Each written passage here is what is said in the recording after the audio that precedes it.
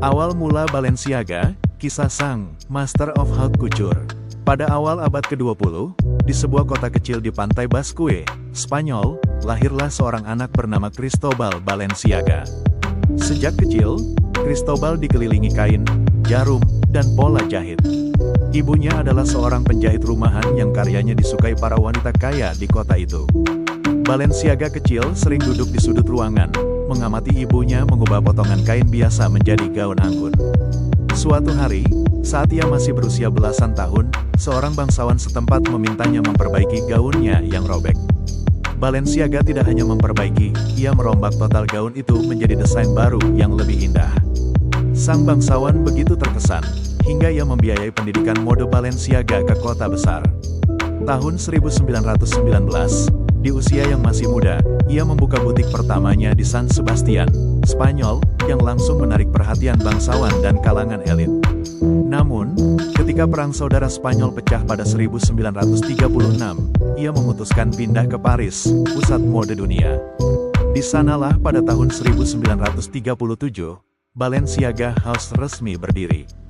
Balenciaga tidak sekadar mengikuti tren, ia menciptakan bentuk-bentuk baru yang radikal, gaun dengan bahu lebar dan pinggang ramping, siluet cocon coat yang membungkus tubuh, serta gaun baby doll tanpa pinggang yang mematahkan aturan fashion saat itu.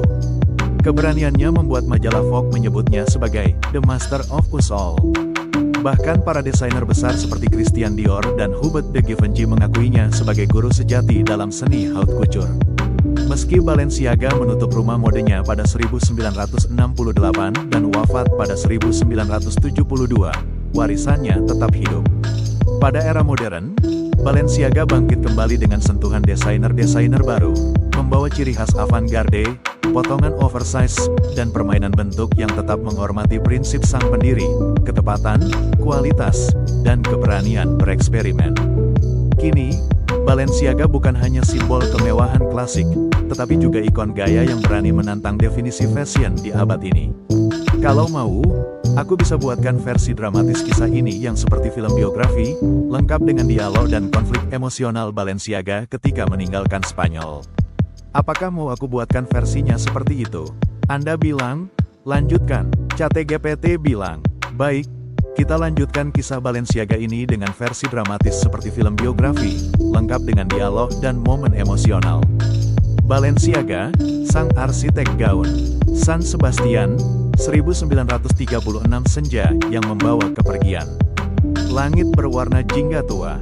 Di dalam butiknya yang wangi aroma kain baru, Cristobal Balenciaga sedang memeriksa jahitan terakhir pada gaun sutra pesanan seorang bangsawan. Tangannya gemetar sedikit, bukan karena gugup, tetapi karena kabar yang ia dengar di radio, perang telah pecah. Seorang asisten masuk tergesa-gesa. Asisten, Senor Balenciaga, pasukan sudah masuk ke kota tetangga. Kita tak punya waktu banyak. Balenciaga menghela napas. Semua yang kita bangun, mungkin harus kita tinggalkan. Ia memandang dinding penuh sketsa, desain yang lahir dari mimpi dan kerja keras sejak ia masih bocah miskin di desa. Tapi perang tak mengenal keindahan. Paris, 1937 kota yang menantang. Balenciaga tiba di Paris dengan satu koper berisi kain, jarum, dan sedikit tabungan. Kota ini adalah surga sekaligus medan perang bagi desainer muda. Chanel, Schiaparelli, dan Dior sudah menguasai panggung mode. Tapi ia tak gentar. Beberapa minggu kemudian, ia menggelar peragaan pertama. Semua orang terkejut.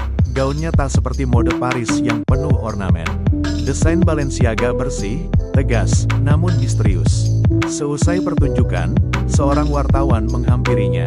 Wartawan Vogue, Monsieur Balenciaga, karya Anda bukan sekadar busana. Ini arsitektur. Balenciaga tersenyum tipis. Busana adalah rumah bagi tubuh.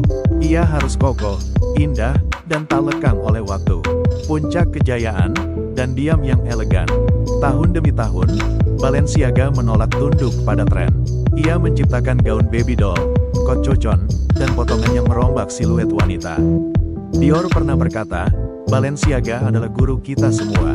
Namun, pada 1968, ketika industri mode mulai mengejar kecepatan dan produksi massal, Balenciaga memilih menutup rumah modenya. Ia meninggalkan Paris dengan sunyi, tanpa pesta perpisahan. Seorang muridnya pernah bertanya, "Murid, maestro, kenapa berhenti sekarang?" Balenciaga, ketika dunia berhenti menghormati keindahan yang dibuat dengan tangan, maka aku pun berhenti membuatnya. Epilog, Cristobal Balenciaga wafat di Spanyol tahun 1972. Tapi puluhan tahun kemudian, namanya kembali menggelegar.